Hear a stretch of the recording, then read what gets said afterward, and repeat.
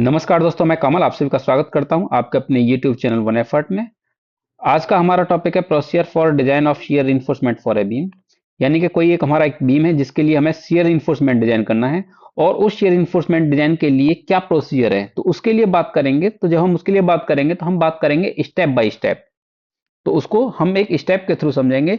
तो उसको step by step करने से पहले हम लोग इसका फिगर देखते हैं प्रैक्टिकली ये होता कैसा है, देखने में किस तरीके का दिखाई देता है शियर रिइंफोर्समेंट। देखिए भाई, आपने बीम देखा होगा, है ना? आपने बीम तो हर जगह देखा होगा। तो जब जो बीम देखा है तो दो बार होते हैं। बार का मतलब समझ रहे हैं, यहाँ पर हम लोग रिइंफोर्समेंट की बात कर रहे हैं या फिर सरिया की बात करें या स्टील की बात करें या बार की बात करें, बात एक ही है। तो हम यहाँ पर जो बात करने वाले हैं बेसिकली दो बार के बारे में बात करने वाले हैं। तो दो बार क्या है कि एक तो होता है हमारा एक मेन बार जो आपको एक लॉन्गिट्यूडनली दिखाई दे रहा है, ये वाला बार। और एक बार और दिखाई दे रहा है, ये वाला वर्टिकली, है ना? तो ये जो बार है इसी को हम लोग कहते हैं शियर रिइंफोर्समेंट। और ये जो बार है इसको हम लोग कहते हैं मेन रिइंफोर्समेंट या फिर लॉन्गिट्यूडनल रिइंफोर्समेंट। तो इस टॉपिक में हम लोग बात करने वाले हैं शियर रिइंफोर्समेंट के बारे में। तो अगर इसके क्रॉस सेक्शन की बात करेंगे शियर रिइंफोर्समेंट के, तो शियर रिइंफोर्समेंट का जो क्रॉस सेक्शन होगा वो कुछ इस तरीके का दिखाई देगा, जैसा कि आप यहाँ पर देख रहे हैं। तो ये शियर रिइंफोर्समेंट हमें इस तरीके का दिखाई देता है। तो इसको हम लोग क्या करेंगे, अब डिजाइन करेंगे। तो इसके डिजाइन के प्रोसीजर किस तरीके से हैं उसको मैंने स्टेप बाय स्टेप यहाँ पर बताया है कि अगर आप इस वीडियो को पूरा देखेंगे तभी ये अच्छा समझ में आएगा। तो हम बात करते हैं सबसे पहले पहले स्टेप पर। और पहला स्टेप हमारा कुछ इस तरीके से है कि सबसे पहले जो हम बात कर रहे हैं यहाँ पर बात कर रहे हैं फाइंड फैक्टर्ड शियर फोर्स। तो सबसे पहले हम लोग बात करेंगे फैक्टर्ड शियर फोर्स के बारे में। तो फैक्टर्ड शियर फोर्स के लिए हम लोग बात कर रहे हैं, हम लोग सिंपली सपोर्टेड बीम ले रहे हैं। तो उसके लिए जो शियर फोर्स होता है उसके लिए फॉर्मूला होता है कि V is equal to W L upon two. तो जब हम फैक्टर्ड की बात कर रहे हैं तो हम लोग बात करेंगे यहाँ पर VU की। तो VU की बात करेंगे तो VU इज इक्वल टू बन जाएगा हमारा WU into L upon two. तो इसके बाद हम बात करेंगे स्टेप टू की। तो स्टेप टू पर हम बात करते हैं नॉमिनल शियर स्ट्रेस। तो नॉमिनल शियर स्ट्रेस को हम लोग टाउ वी से रिप्रेजेंट करते हैं। तो इसकी वैल्यू को कैलकुलेट करने के लिए हमारे पास कोड में दे रखा है पेज नंबर 72। और उस पेज नंबर 72 को हम लोग फॉलो करेंगे, उसके अकॉर्डिंग ये वाला फॉर्मूला हमें मिलता है। तो हम लोग बात करेंगे कोड में, एक बार कोड की टेबल को देख लेंगे किस तरीके से है यहाँ पर।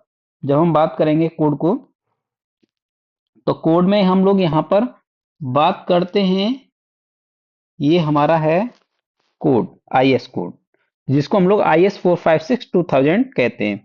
तो उस IS 456-2000 के अंदर हमें ये फॉर्मूला दे रखा है, ये वाला, तो जो कि हमने यहाँ पर लिख दिया है। तो यहाँ से हम लोगों को मिल जाएगा टाउ वी। बात करते हैं अब maximum shear stress. Maximum shear stress मतलब टाउ सी मैक्स। अब ये टाउ सी मैक्स कैसे फाइंड आउट करेंगे? टाउ सी मैक्स के लिए हम लोग जाते हैं पेज नंबर 72, पेज नंबर 72 और टेबल नंबर 20। ये हम लोग बात करेंगे कोड से। हमारे पास ये टेबल है, ये वाली टेबल। अब ये टाउ सी की वैल्यू किस तरीके से हम लोग फाइंड आउट करेंगे टाउ सी मैक्स की, कि देखिए ये हमारा जो दे रखा है टेबल, ये ग्रेड दे रखे हैं M15 20 25 30 35 इस तरीके से, और ये वैल्यू दे रखी है टाउ सी न्यूटन पर mm स्क्वायर। तो हमें क्वेश्चन में दे रखा होगा कोई भी ग्रेड ऑफ कंक्रीट। अगर नहीं दे रखा होता है तो हम लोग वहां पर क्या कर लेते हैं, एज्यूम कर लेते हैं। मान लिए कि हमारे पास ग्रेड ऑफ कंक्रीट है 20 M20।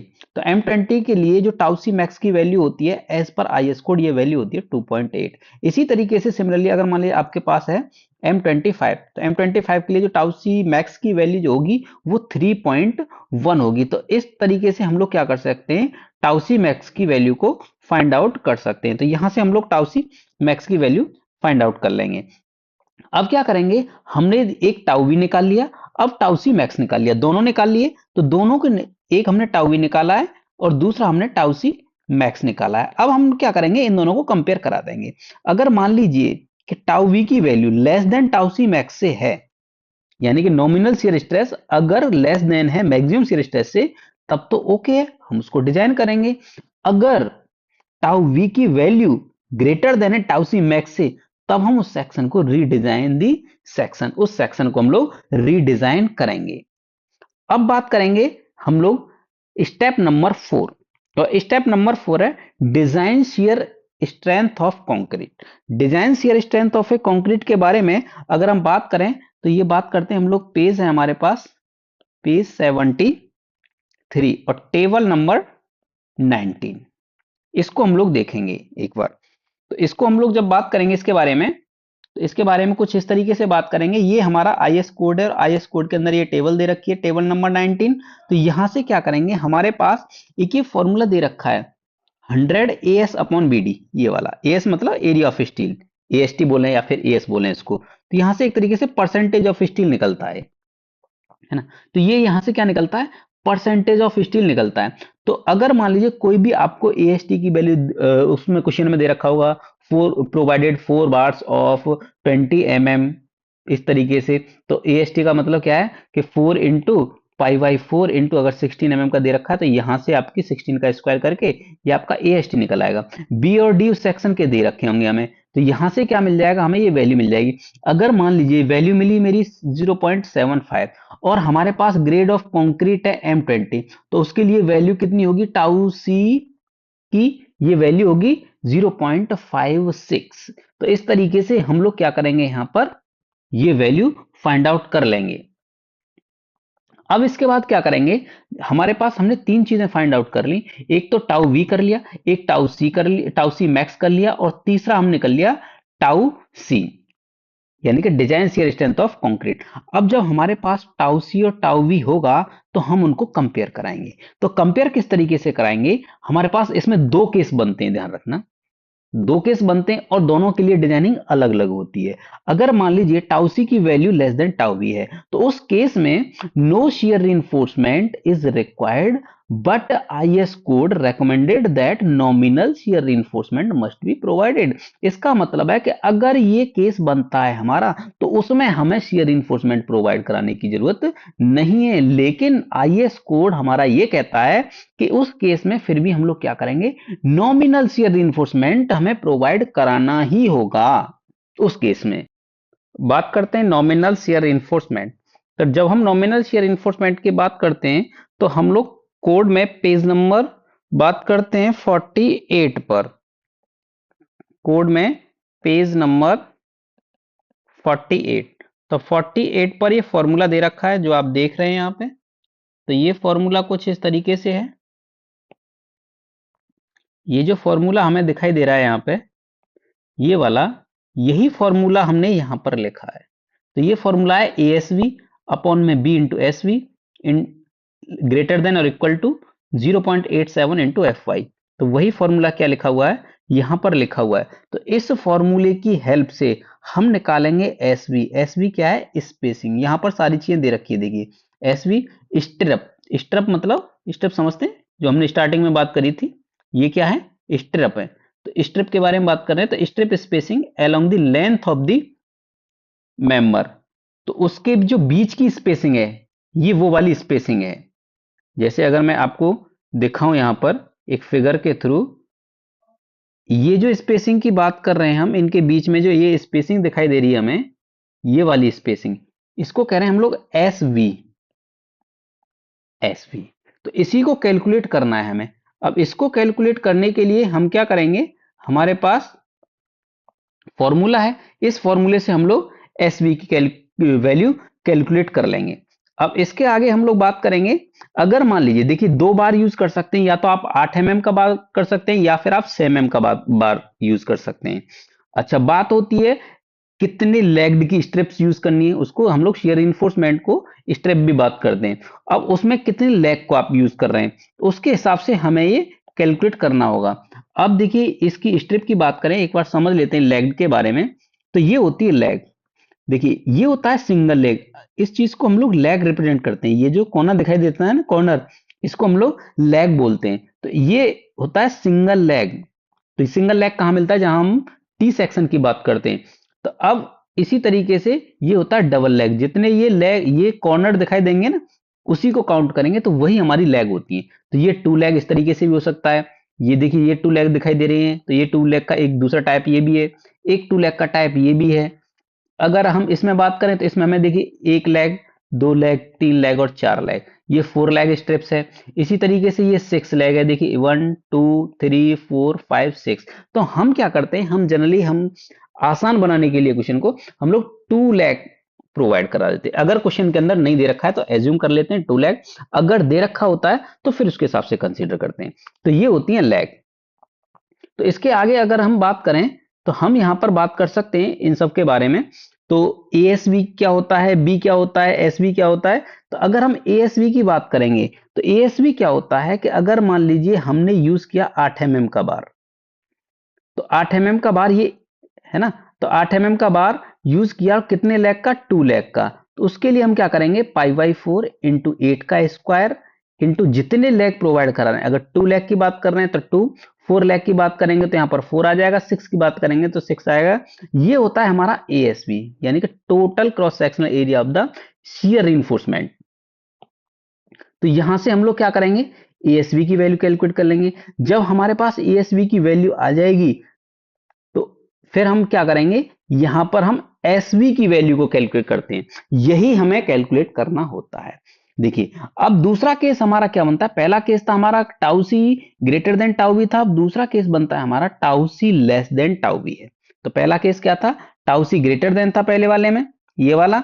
अब है हमारा टाउ सी लेस देन टाउ बी। तो उसके लिए हम क्या करेंगे, तो देखिए हमारे पास दो तीन तरीके होते हैं, या तो वर्टिकल स्टेप्स प्रोवाइड करा दें या फिर इंक्लाइंड या फिर बेंट अप बार। तो अभी हम अगर बात करें तो वर्टिकल के लिए बात कर रहे हैं। तो वर्टिकल के लिए जब हम बात करेंगे तो हम उसको प्रोवाइड कराने के लिए किस तरीके से उसको कैलकुलेट करना है, कब, जब हमारा टाउ सी लेस देन टाउ बी होगा। तो उसके लिए क्या करेंगे, कोड में हमें फॉर्मूला दे रखा है इसके लिए भी। जब हम इसके लिए बात करेंगे कोड में, तो इसके लिए भी हम लोग बात करेंगे पेज नंबर 72 पर। पेज नंबर 72 पर जाएंगे। तो पेज नंबर 72 पर जब हम जाएंगे तो यहां पर हमें ये फॉर्मूला दे रखा है। तो यहां पर हमें ये फॉर्मूला दे रखा है, ये वाला V U S is equal to 0.87 into F I into A S B into D upon में एस वी। अब इसमें जो वी यू एस है, वी यू एस कैसे कैलकुलेट होगा, V U S is equal to V U minus tau C into D. तो सबसे पहले हम इस फॉर्मूले पर जाने से पहले हम लोग क्या करेंगे, वी यू एस कैलकुलेट करेंगे ये वाला। तो V U S is equal to क्या है, V U minus tau C into B into D, ये कैलकुलेट कर लेंगे। जब हमने ये कैलकुलेट कर लिया तो फिर हम कहां जाएंगे, इस वाले फॉर्मूले पर। तो यहां पर हम नेक्स्ट स्लाइड में बात करें तो यहां पर हम लोग बात कर रहे हैं वी यू एस की। तो V U S is equal to क्या हो जाएगा, 0.87 into F I into A S V into D upon में जो होगा ये होगा एस वी, यहां पर ये एस वी आएगा। तो यहां से हम लोग क्या करेंगे, यहां से हम लोग एस वी की वैल्यू कैलकुलेट कर लेंगे, ये एस वी होगा। तो यहां से होगा हमारा एस वी कैलकुलेट। तो इस तरीके से ये जो दूसरा टाइप था केस टू था, तो यहां से इस तरीके से हम लोग एस वी की वैल्यू को कैलकुलेट कर सकते हैं, करते ही हैं यहां से, है ना। तो नेक्स्ट अगर हम बात करें स्टेप में, तो यानी कि स्टेप नंबर 7 में, तो स्टेप नंबर 7 क्या बताता है हमें, स्टेप नंबर 7 बताता है कि check for spacing of shear, ये आएगा शियर रिइंफोर्समेंट। तो जब हम चेक लगाएंगे स्पेसिंग का, भाई हमने स्पेसिंग तो निकाल ली, स्पेसिंग निकाल ली, हम ये कैसे पता करें कि हमारी जो स्पेसिंग सही है या गलत है। उस सही और गलत को निकालने के लिए हम लोग क्या करते हैं, चेक लगाते हैं। और चेक के लिए हमें कोड अनुमति देता है इस चीज की, और ये वैल्यू फिक्स उसने कर रखी है। तो अगर हम वर्टिकल स्टेप्स की बात करेंगे तो वर्टिकल स्टेप्स के लिए using vertical steps spacing should be least of the following. तो इन तीनों में से कौन सी वैल्यू जो भी कम होगी उसको हम लोग कैलकुलेट करके वही हमारी स्पेसिंग होगी। तो चाहे वो हमारा, अब ये चेक जो होगा, चाहे हमारा केस 1 है चाहे हमारा केस 2 है, जो भी हमारा क्वेश्चन के अकॉर्डिंग कोई भी एक केस होगा, उस केस के बाद जब हम स्पेसिंग निकालेंगे दोनों में से किसी एक से, तो उस स्पेसिंग को दोनों के लिए चेक करने के लिए फॉर्मूला यही लगेगा।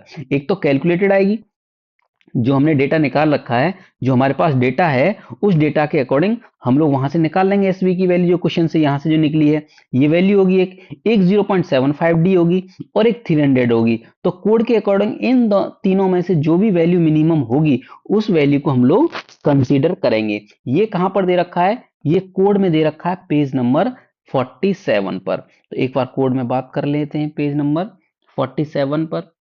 कोड में अगर हम पेज नंबर 47 की बात करें, तो यहाँ पर हमें ये वैल्यू दे रखी है। देखिए 47 पर दे रखा है कि the maximum spacing of A shear reinforcement measured along the axis of the member shall not exceed, मतलब इससे ज्यादा नहीं होनी चाहिए वर्टिकल के केस में। कितने से? 0.75 डी। जो दूसरा क्राइटेरिया दे रखा है हमें, दूसरा क्राइटेरिया कह रहा है कि भाई कोड के अंदर के under this consideration in no case shall be spacing exceed 300 mm। यानी कि एक क्राइटेरिया हो गया हमारा 0.75 डी, दूसरा हो गया 300 mm और तीसरा होता है कैलकुलेटेड। तो इन तीनों में से जो भी वैल्यू कम होगी उसको हम लोग कंसीडर करेंगे। तो मुझे उम्मीद है कि ये आपको डिजाइन स्टेप समझ में आए होंगे। Thank you.